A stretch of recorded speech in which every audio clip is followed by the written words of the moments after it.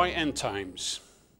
There's so much happening in the world and not for good. When you look at your country, you see all kind of developments. When I'm from Holland, and Holland used to be a very Christian country, but today you see how Christianity quickly is fading away in Holland, as it is fading away more and more in the whole of Europe. And you wonder what's happening. And when Christianity is fading away and the values of the Bible are fading away, the Judeo-Christian roots that Europe was built on, then other spirits set in. They take over this spiritual vacuum. Christianity is kicked out, so the powers of darkness can move in. And we see that in Holland happening. We see how crime is setting in more and more. We see that people get hard and they want to get everything for themselves. They have forgotten that God says that you should love Almighty God with all your heart and your fellow man as yourself.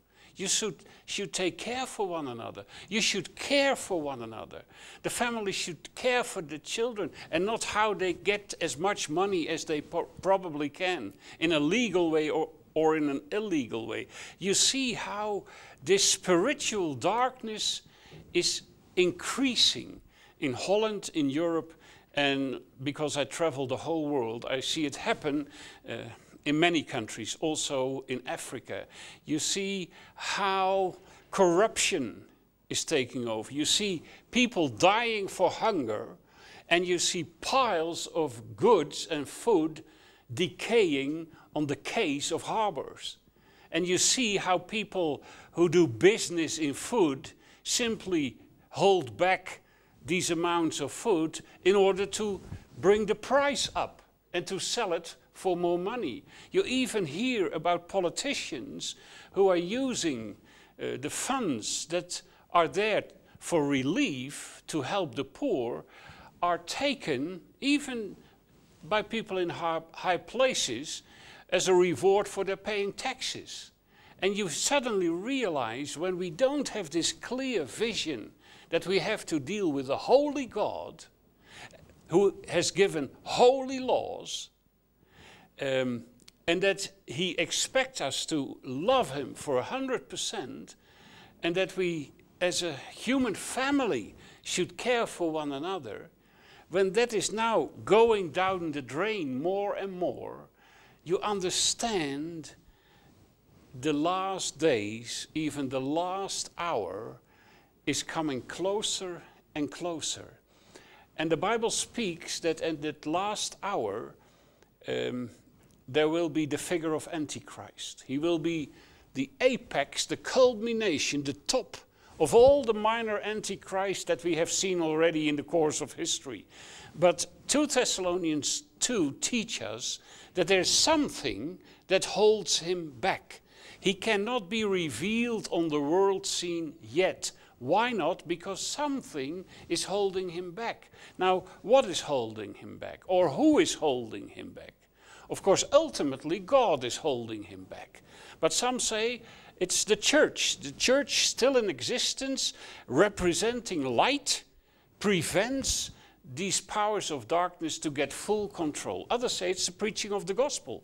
As long as the preaching of the gospel goes around the world, then there cannot be this total outbreak of darkness. Others say it's in the heavenlies. There's Michael and his angels fighting the powers of darkness, so they cannot get totally control of planet Earth. Only when they are kicked out of the heavens, then the devil will come to planet Earth and will be raging and establish his final kingdom. Others say it's something else. They say it's government. They say government is an institution of God.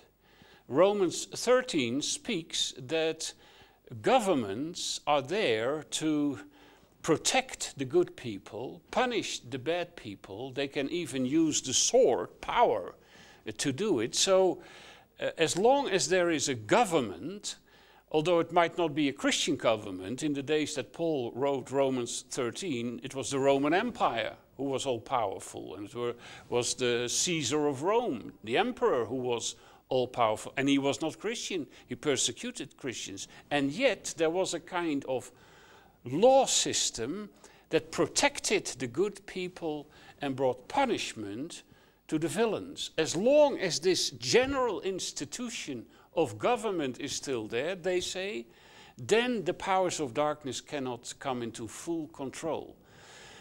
Whatever the reason is, and I think in all these explanations there is some truth, ultimately, of course, it is God who holds him back. But the time will come that God will stop doing so, and then the Antichrist will come into full power. You read about him in Revelation 13. There, the Apostle John sees a beast coming out of the sea of nations, with 10 horns and 7 heads, 10 crowns on each head, a blasphemous name. The beast I saw resembled a leopard, had feet like those of a bear, mouth like that of a lion. The dragon, meaning the devil, gave the beast his power and his throne and great authority. And then you read further on that the beast was given authority over every tribe, people, language, and nation, and all inhabitants of the earth will worship the beast. Now, then the Antichrist, the beast, the lawless one, is in full control. And one day it will happen. And we are living in the days leading up to that final empire. About that final empire we'll continue next time.